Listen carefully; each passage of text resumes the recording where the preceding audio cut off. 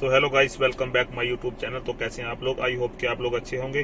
तो आज का जो हमारा टॉपिक है वो है कतर का ड्राइवर का वीज़ा कैसे लें और कतर का ड्राइवर का लाइसेंस कैसे लें। तो वीडियो स्टार्ट करने से पहले आपसे दरख्वास्त करता हूं कि आप मेरे चैनल को सब्सक्राइब कीजिए, लाइक शेयर कमेंट कीजिए। आपको हमारी वीडियो कैसी लगी?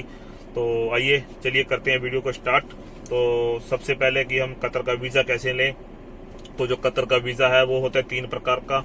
तो जो सबसे नंबर 1 पे है वो है शख्सी वीज़ा। कतरी के हाउस ड्राइवर का वीज़ा होता है उसको हम बोलते हैं शख्सियत वीज़ा।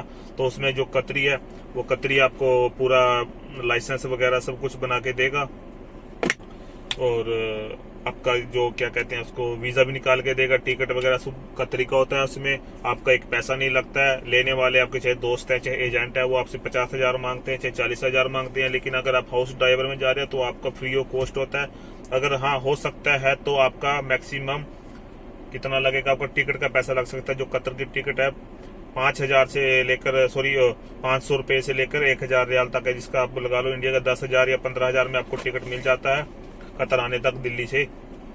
और बॉम्बे से भी आ रहे हैं और सेम ही प्राइस है जो इंडिया का टिकट का है। तो दूसरे नंबर पर आता है कंपनी का वीज़ा। जो आप किसी एजेंट के पास जाएंगे उसके पास वैकेंसी देखेंगे, वो आपको बोलता है 1 लाख लूंगा, 2 लाख लूंगा या 1.5 लाख लूंगा। तो जो फिलहाल अभी जो कतर के हालात हैं, तो कतर में फिलहाल अभी कंपनी का अंदर ड्राइवर का वीज़ा फ्रेश इंडियन लाइसेंस के ऊपर नहीं है।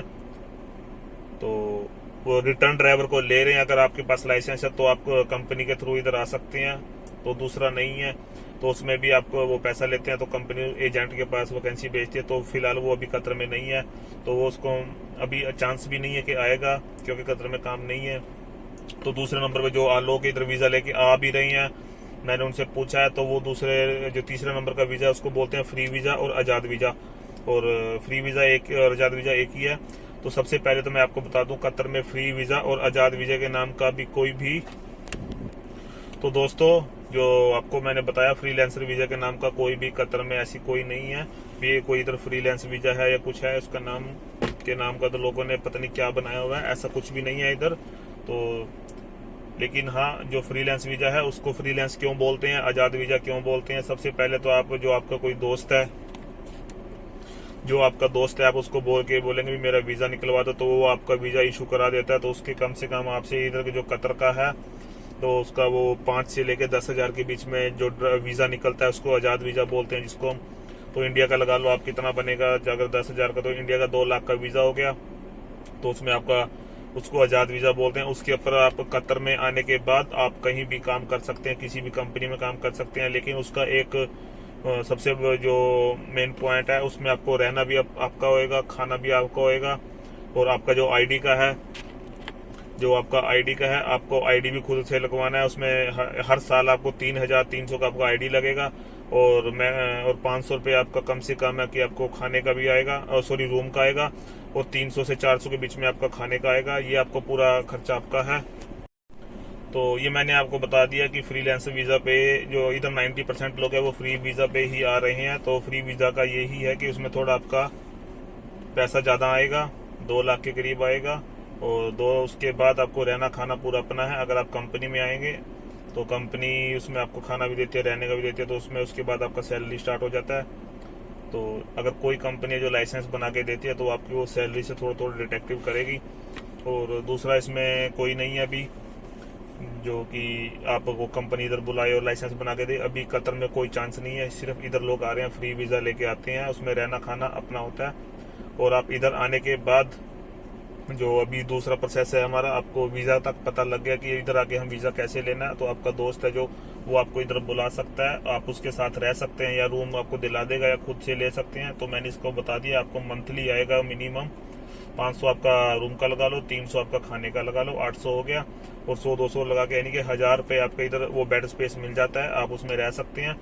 तो उसके बाद आता है आपका लाइसेंस कैसे बनाना है जो वीज़ा पे आते हैं। और इधर आने के बाद आपको आ गए तो उसके बाद दूसरा प्रोसेस होता है आपको लाइसेंस कैसे लेना है।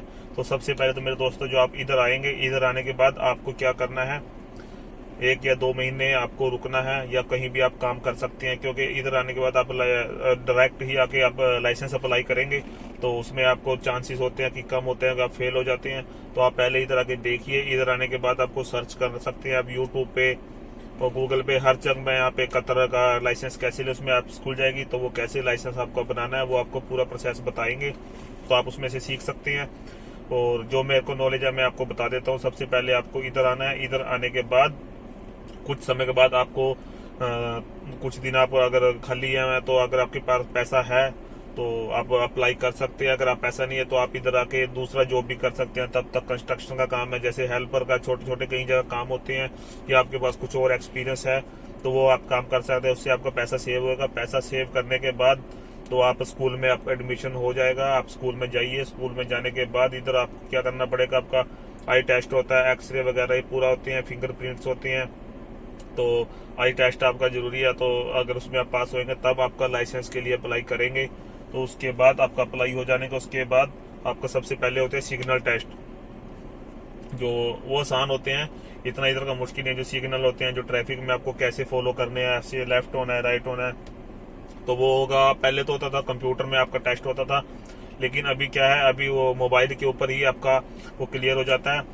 और उसके बाद आपका धीरे धीरे वो क्लासें भी लगाते रहते हैं लर्निंग की, जिसको बोलते हैं एल और पार्किंग लगाना। तो जैसे हमने हमारे सेम इंडिया में है, एल लगाने के बाद ऐसे पार्किंग बनाते हैं, उसमें पार्किंग बनाना है आपको। पार्किंग बनाने के बाद आपका वो लर्निंग का हो जाता है क्लियर। उसके बाद आपकी रोड की क्लासेस स्टार्ट होती है। ये मैक्सिमम होती है 45 क्लास होती है। इसमें आपको फुल कोर्स होता है, और फुल कोर्स होता है आपका 3000 से 3500 के बीच में। इसके अंदर आपको 2 रोड टेस्ट मिलते हैं, जो पुलिस वाला आपका टेस्ट लेगा। अगर आप पहले में फेल हो गए तो कोई मुश्किल नहीं, एक चांस हो रहा है। अगर आप दूसरे में भी फेल हो जाते हैं तो उसके बाद आपको दोबारा से फिर फाइल ओपन करनी पड़ेगी, दोबारा से फिर आपको पैसा लगाना पड़ेगा। तो दोबारा आपका पैसा जो है वो हाफ कोर्स भी आप लगा सकते हैं, इसमें 2000 का खर्चा है। अगर आप दोबारा फुल कोर्स लेंगे वही 3-3.5 में आपका लाइट लाइसेंस बनता है। तो सबसे पहले तो आपका वो लर्निंग लाइसेंस बनेगा, उसमें आपको सिग्नल टेस्ट पास करने हैं, सिग्नल में देखना है आपको कैसे चलाना है। उसके बाद आपका एल पार्किंग बना के वो देखेंगे, उसमें आप पास होंगे तो उसके बाद आपकी क्लास स्टार्ट होगी। जो आपके साथ इंस्ट्रक्टर होता है जो आपको सिखाने वाला है, वो आपको लेकर जाएगा रोड के ऊपर, तो आपको वो बताएगा भी आपको कैसे। अगर आपको इंडिया का लाइसेंस है या इंडिया में ड्राइव करते हैं तो वो उस चीज को नहीं मानेंगे।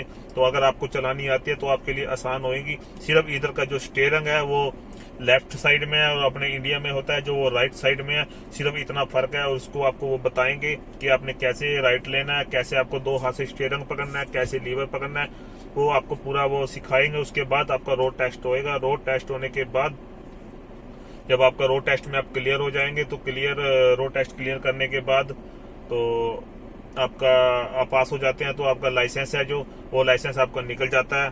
दूसरे या तीसरे दिन आपको लाइसेंस मिल जाएगा। उसकी अलग से आपको 100 या 150 रियाल आपको फीस देनी पड़ेगी।